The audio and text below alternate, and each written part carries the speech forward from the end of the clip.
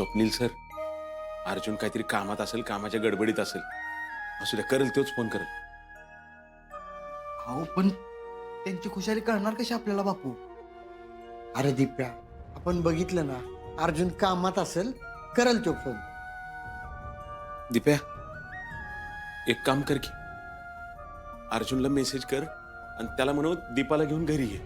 अहो पण बापू, विनायकराव, दीपा आपली कुणी नसली ना तरी तिने सगळं चोख सांभाळलंय. अहो तुम्ही बघितलं नाही का मगाशी पत्रकार परिषदेत अगदी आप्यासारखी बोलत होती ती. हो, आपण निदान आभार तरी मानले पाहिजेत तिचे. खरंच दीपाच्या हिमतीचं कौतुक करायलाच हवं. अहो एवढे पत्रकार बघून कोणीही घाबरून गेलं असतं. हो, आपण त्या दोघांशी एकदा बोलून घेऊयात. अहो तुम्ही त्यांना मेसेज करा ना.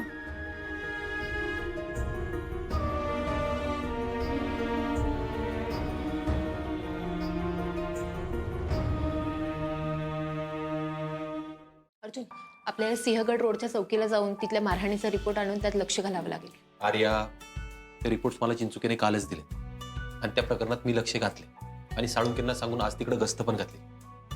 काय? अरे एवढं सगळं झालं मग मला कसं माहित नाही? मीच मुद्दाम नाही बोललो. अगं मागचा महिना तुझी किती धावपळ झाली, जरा आराम कर की. आराम? का बरं? अगं का म्हणजे काय आर्या, मी स्वतः तुझी धावपळ बघतेय.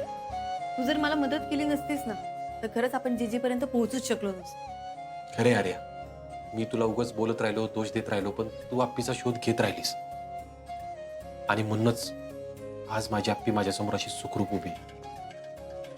असं काही नाहीये अर्जुन. हे बघ, अपर्णा मॅडमने काही ना काही मार्ग नक्कीच काढला असता. कदाचित योगायोग म्हणून आमची गाठ पडली असावी. हे बघ, ते काही असो, पण जे झालंय ते तर नाकारता येत नाही ना. म्हणजे आप्पीने तुझ्या समोर यावं काय, तू ऍक्शन घ्यावी काय, तिला घरी काय आणावं, तिची ट्रीटमेंट करावी, तिची काळजी घ्यावी, हे मी विसरू नाही शकणार ग. आर्या, खरंच खूप मनापासून थँक्यू. आर्या, खरंच तू एक कॅपेबल पोलीस इन्स्पेक्टर आहेस. ज्या मुलींना पोलीस बनायचंय ना त्यांच्यासाठी इन्स्पिरेशन आहेस तू. Thank you Aparna madam. पण मला असं वाटतं ना की तुम्ही दोघं एकत्र असाल ना तर तुम्हाला दुसऱ्या कोणाचीच गरज पडणार नाही. म्हणजे मोठ्यातले मोठे प्रॉब्लेम्स जरी आले ना तर तुम्ही असे सहज सॉल्व्ह कराल.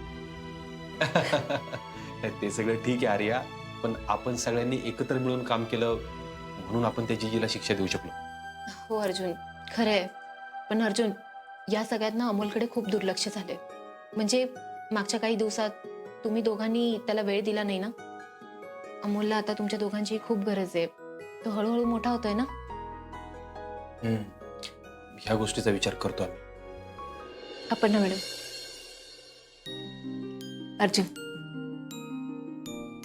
तुम्ही दोघे ना एकमेकांसाठी बनलेले आहात. आणि मागच्या काही दिवसात माझ्याकडून खूप मोठ्या चुका झाल्या. पण अर्जुन, तू आणि अपर्णा मॅडम, तुम्ही मन मोठं करून मला माफ केलं, सगळ्या चुका समजून घेतल्यात. त्यासाठी खरंच खूप थँक्यू. देव करो तुम्ही असेच एकत्र राहा. अगं, आम्ही एकत्र आहेच ग, पण आपण सगळे एकत्र हवेत आम्हाला. म्हणजे आपण सगळ्यांनी असंच हातात हात घेऊन मिळून मिसळून काम करायचं. अर्थात अर्जुन, नक्कीच करू. बरं चला, आम्ही निघतो आता, घरी जातो लवकर. हो मॅडम, येतो. या.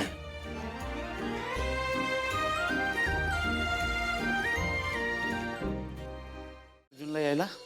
हो ना सर, आपण कधीची वाट बघतोय त्यांची. अमोल बाळा, अरे तू का नाराज होतोयस? बापू कधी येणार माझी माँ? अरे अमोल, तुझी माँ नक्की येणार. हे बघ, तुझ्या बाबाने तुझ्याकडून वेळ मागून घेतला होता की नाही? दीपा इथं होती तोपर्यंत त्यानं माचा नक्की शोध घेतला असेल. माँ नक्की येणार बाळा. बापू, एवढे दिवस अमोलनं खूप धीरानं घेतलं. हो, आणि आता अर्जाची चूक आहे. आता आप्पी सापडलं ना म्हणून तिच्यासारखी दिसणारी मुलगी कोण घरात घेऊन येतं का? विनू बापा, अहो दाजी काय करणार होते त्यावेळेस? अहो दीदीला शोधण्याबरोबर त्यांना आपली काळजी पण घ्यायची होती. अमोल सारखा नाराज असायचा.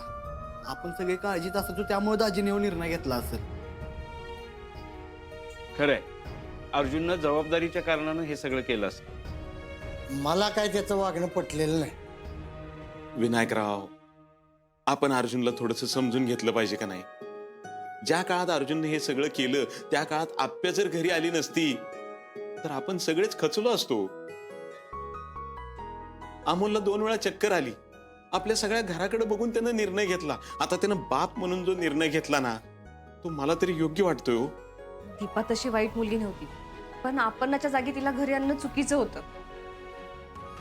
भले भाऊजींनी हे अमोलसाठी केलं असेल, पण तरी त्यांना कुणीतरी समज देणं गरजेचं आहे. मामनजी, तुम्ही बोला त्यांना. रुपाली अगं, नाही, भाऊजींनी आपल्यापासून हे सगळं लपवून आपल्याला अंधारात ठेवून चुकीचं केले. हे बघा, अपर्णा कलेक्टर आहे. दीपाने त्याचा काही गैरफायदा घेतला असता तर? हे मान्य करावं लागेल आपल्याला.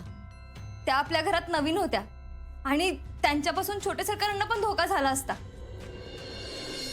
पण तिनं तसं काहीच केलेलं नाही. उलट जाताना ती आपले आभार मानून गेली. हे बघा, जे काय असेल ते असेल. आता अर्जुनानं आपल्याबरोबर दीपा पण येण्याची शक्यता आहे. त्यामुळे अर्जुनला जर काही बोलायचं असेल ना आपल्याला, तर ते आपण नंतर बोलूया, दीपा समोर नको. बापू मग येणार का आज? अमोल बाळा, बाबा आला की सगळं समजेल. थोडा धीर धर, थोडं थांब की.